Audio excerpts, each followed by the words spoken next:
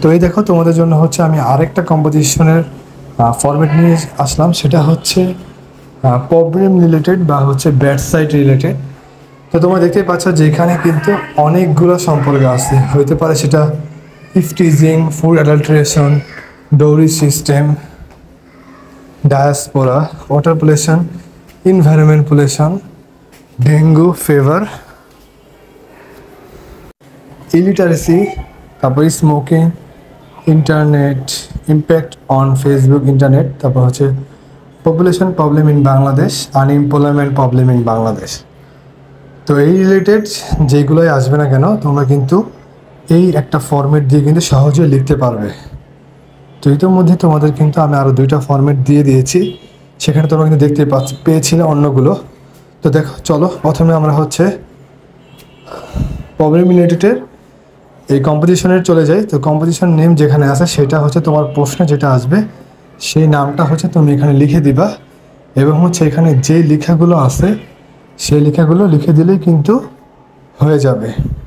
তো দেখো এখানে যেভাবে লেখা আছে তুমি কিন্তু তোমার যেই প্রবলেম সম্পর্কে আসুক না কেন তুমি যদি এই লেখাগুলোই লিখে দাও তাহলে কিন্তু তোমার এটা কিন্তু হয়ে যাবে, এবং হচ্ছে তুমি কিন্তু ভালো একটা মার্কসও পাবা আশা করা যায়। তারপর হচ্ছে আমরা চলে যাব হচ্ছে দ্বিতীয় প্যারায়। তো দ্বিতীয় প্যারা দেখো এখানে যেভাবে লেখা আছে তুমি সেম ওয়েতে সব কিছু লিখবা, জাস্ট শুধুমাত্র এসএনের জায়গায় তোমার প্রশ্নে যেটা আসবে, প্রশ্নে যে কম্পোজিশনটা আসবে সেটা যদি প্রবলেম রিলেটেড হয়ে থাকে বা ব্যাড সাইড হয়ে থাকে তাহলে শুধুমাত্র ওই এসএনের জায়গায় তুমি সেই নামটা লিখে দিলেই হয়ে যাবে।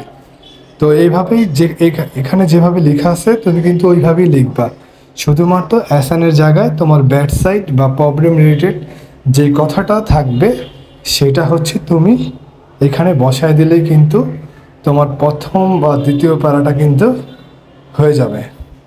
এরপরে দেখো যে প্যারাটা সেটা হচ্ছে তৃতীয় প্যারা।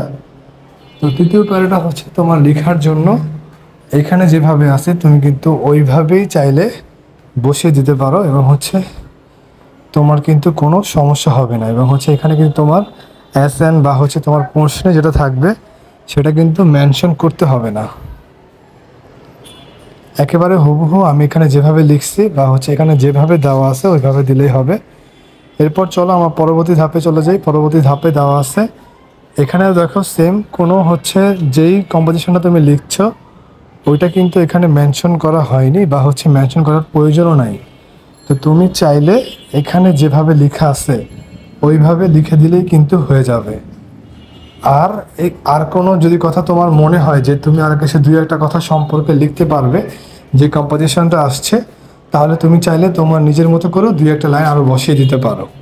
তারপর আমরা চলে যাই হচ্ছে আরেকটা প্যারায়, সেটা হচ্ছে দেখো দ্য আনকনসিয়াস, মানে হচ্ছে এটা সচেতন সম্পর্কে কিছু বলেছে, এবং হচ্ছে আমরা যে অসচেতনতার হওয়ার জন্য আমরা যে প্রবলেমগুলো ফেস করি সেই সম্পর্কে কিন্তু এখানে দেওয়া হয়েছে, এবং হচ্ছে তুমি এইখানে যেভাবে আছে তুমিও সেম ওয়েতে এবং সেমভাবে এভাবেই কিন্তু লিখে দিবা। এবং আমি আবারও বলবো যদি তুমি নিজে থেকে কোনো লাইন বানিয়ে লিখতে পারো বা সেন্টেন্স তাহলে ওইখানেও বসিয়ে দিবা।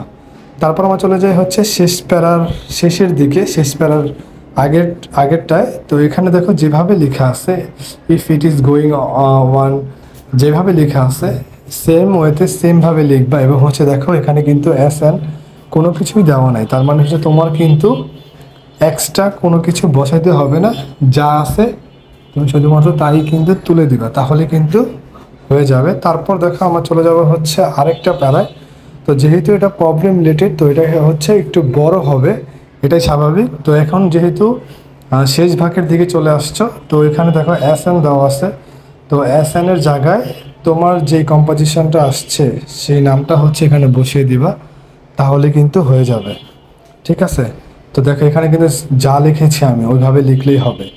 তারপর দেখো আমরা কিন্তু শেষ ভাগে চলে আসছি, মানে হচ্ছে কনক্লুশন, যেটাকে বলা হচ্ছে বাংলায় উপসংহার।